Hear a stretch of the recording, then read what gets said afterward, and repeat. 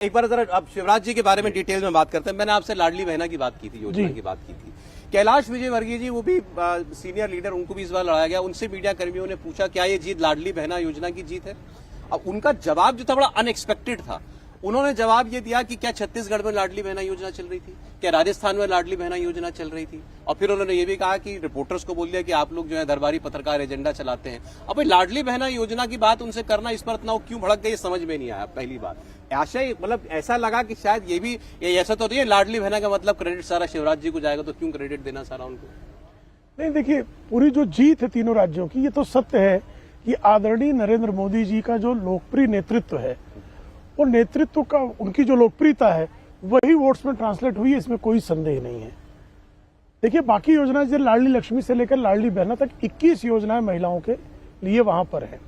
इसी तरह से जो है अन्य योजनाएं भी, किसी योजना को जो तत्काल शुरू होती है उसका लाभ ज्यादा होता है, और किसी योजना का लाभ जो है चूंकि पहले से योजना शुरू हो गई हो, जैसे कन्यादान योजना है, जैसे जनजातीय समाज की जो महिलाएं हैं उनके खाते में 1,000 रुपए जाता है वहां, और वो जो है पोषण के लिए जाता है, अपने बच्चों के पोषण के लिए जाता है। कमलनाथ आए तो उन्होंने उस योजना को बंद कर दिया था, शिवराज जी आए फिर उसको प्रारंभ कर दिया, और अब शिवराज जी ने उसको 1,500 रुपए कर दिया है। तो ऐसी तमाम योजनाओं का भी लाभ हुआ। शिवराज जी सबसे आगे है ना, शिवराज जी सबसे आगे मुख्यमंत्री हैं। तो आगे भी रहेंगे। नहीं, ये तो नेतृत्व तय करेगा ना, हमारा विधायक दल तय करेगा।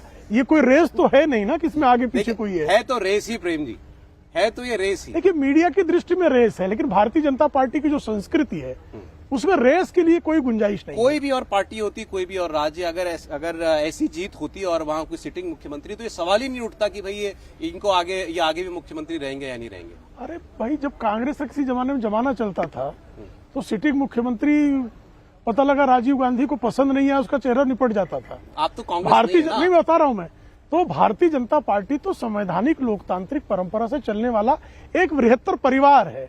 अब परिवार के जो मुखिया जो निर्णय ले लेंगे उसको परिवार स्वीकारता है। आप ही बताइए शिवराज जी के बारे में, मतलब शिवराज, उनके अलावा किसी और नाम की चर्चा बनती है नहीं बनती। और उसके पहले वाले सवाल जो आपने पूछा था प्रेम जी से सौरभ, उसको अगर आप देखें तो दिल्ली में बीजेपी का टॉप लीडरशिप हो या मध्य प्रदेश में बाकी दूसरे नेता हों, उनमें से कोई भी इस बात को नहीं मानता कि लाडली बहन योजना की सिर्फ ये सफलता है, और उनका नहीं मानना बिल्कुल सही है। किसी एक योजना के चलते, फिर किसान सम्मान निधि के चलते ये सफलता क्यों नहीं है, जो आवास दिया गया उसके चलते क्यों नहीं है, उज्ज्वला स्कीम के चलते क्यों नहीं है, जल जीवन मिशन के चलते क्यों नहीं है।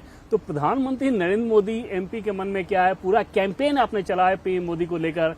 केंद्र सरकार की इतनी सारी योजनाएं मध्य प्रदेश में भी है, जिस तरह से बाकी दूसरे राज्यों में है, तो ये सबके प्रयास का ये नतीजा है। और उस लिहाज से आप समझ सकते हैं कि कैलाश विजयवर्गीय ने भले ही रिएक्शन दिखा दिया, लेकिन आज भी मुझे पार्लियामेंट में कई ऐसे नेता मिले जो कि हैरान हो रहे थे कि इस प्रकार का नैरेटिव कैसे सेट कर दिया जा रहा है। और वही उदाहरण वो भी दे रहे थे कि छत्तीसगढ़ में क्या हुआ, फिर राजस्थान में क्या हुआ, वहां पर तो ये योजना नहीं थी। तो कुल मिलाकर अगर आप देखें तो ये प्रधानमंत्री नरेंद्र मोदी की नीतियों, कार्यक्रम, योजनाओं की जीत थी, उनके चेहरे की जीत थी, उनके भरोसे की जीत थी, उनके गारंटी की जीत थी।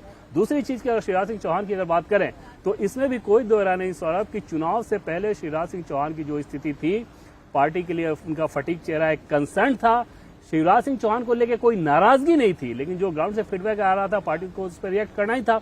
शिवराज सिंह चौहान ने जिस प्रकार से पूरे चुनाव में अपने आप को झोंका, शुरुआती दौर में ऐसा लगा कि कुछ ऐसे बयानबाजी वो कर रहे हैं जिससे पार्टी का माहौल खराब ना हो जाए, लेकिन बाद में उन्होंने अपने आप को संभाला और जिस तरह से झोंका, अभी भी शीर्ष नेतृत्व के लिए लगातार जिस प्रकार से निष्ठाएं व्यक्त कर रहे हैं, वहां पर इसमें कोई दो राय नहीं कि फ्रंट रनर के तौर पर आप उन्हीं को मान सकते हैं कि शिवराज सिंह चौहान को इस नतीजे के बाद हटाने की कोई ऐसी वजह नजर नहीं आती। प्रहलाद पटेल, ज्योतिरादित्य सिंधिया या कोई और अगर आपको नाम अगर लगता हो कि भाई ये भी थे दौड़ में, अगर शिवराज सिंह चौहान को हटाने की पर पार्टी के शीर्ष नेतृत्व का मन बनता है, उनको ये फीडबैक है कि शिवराज को आगे कंटिन्यू नहीं करना चाहिए, उस स्थिति में जो दूसरे नाम पर विचार होगा वो प्रहलाद पटेल के नाम पर ही विचार होगा सौरभ, इसमें भी कोई दो राय नहीं। चुनाव में तकरीबन उनको एक हेलीकॉप्टर दिया गया था, 100 से ज्यादा विधानसभा क्षेत्रों में उनके ऊपर जिम्मेदारी भी डाली गई थी।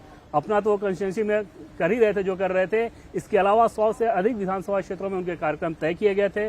लगातार उन्होंने प्रचार किया, ओबीसी कम्युनिटी से आते हैं, संघ के बैकग्राउंड के, मतलब हार्डकोर बीजेपी बैकग्राउंड के हैं, एक आक्रामक नेता के तौर पे जानते हैं, साफ सुथरे, सुलझे और छवि बहुत अच्छी है। तो इतनी सारी खूबियां हैं उनके अंदर कि अगर शिवराज सिंह चौहान को हटाने का मन हुआ तो स्वाभाविक तौर पे जो दूसरा नाम सामने आएगा वो प्रहलाद पटेल का ही ज्योतिरादित्य आएगा। सिंधिया को आप नहीं मानते? ज्योतिरादित्य सिंधिया को मैं दूर दूर तक नहीं मानता कि मध्य प्रदेश के इस माहौल में बीजेपी ये सोचेगी कि ज्योतिरादित्य सिंधिया को मुख्यमंत्री बना दिया जाए, उसका कोई राजनीतिक कारण तो नजर नहीं आता। तो एमपी में फ्रंट रनर शिवराज सिंह चौहान ही है और उनके बाद जो दूसरा नाम हमारे एक्सपीरियंस है, हमारे सहयोगियों के अनुभव से वो प्रहलाद पटेल का बनता है।